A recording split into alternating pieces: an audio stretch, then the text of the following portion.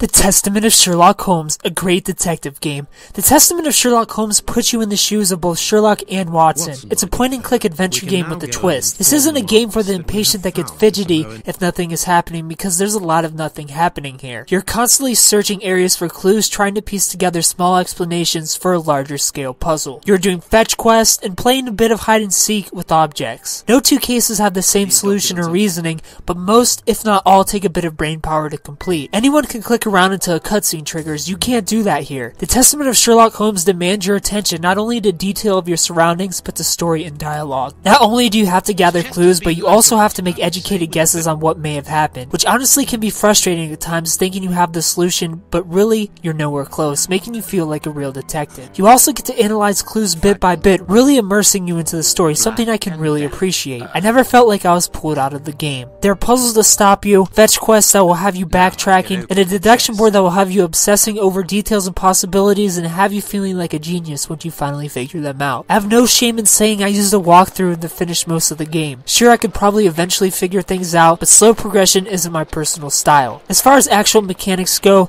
they're a bit annoying, clunky, and confusing. If you need help, you can activate Sherlock's Sixth Sense, but the Sixth Sense highlights almost every clickable item in the area rather than a single item you need to interact with to progress, leading to a lot of nothing of interest here dialogue to be heard. You'll have just as much luck running around and pressing X until something happens. The visuals are decent, but character models can look a bit freaky at times, and they didn't even bother to sync the lips to the words being said, making cutscenes almost unwatchable. While I can't recommend this game to everyone for obvious reasons, if you love taking your time with games, are extremely patient, want to challenge your brain and do some detective work, I highly recommend picking this one up. For what it is, a point-and-click adventure detective game, 8 out of 10, and as an overall game, 7 out of 10. If you played The Testament of Sherlock Holmes, tell me what you thought about it down in the comment section below. If you haven't played it, tell me if you plan on picking it up. Thumbs up if you liked the video, subscribe if you're new to the channel, and tune in Monday for First Impressions, where you find out what game we're playing next. Thanks for watching.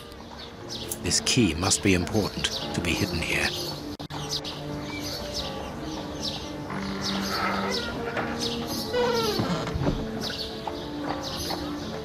Holmes, there is someone in that hut.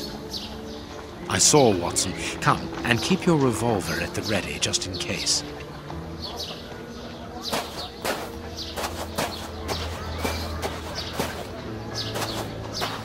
Open up. We're not the police. Do not be alarmed. That's a strange way of reassuring someone.